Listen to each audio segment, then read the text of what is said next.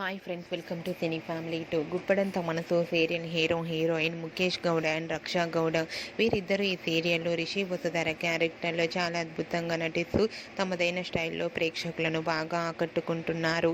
Rishi వసుధరకు Guppedantha Manasu serial మంచి సక్సెస్ను ఇవ్వడంతో వీరిద్దరికీ మరెన్నో కొత్త అవకాశాలు వస్తున్నాయి.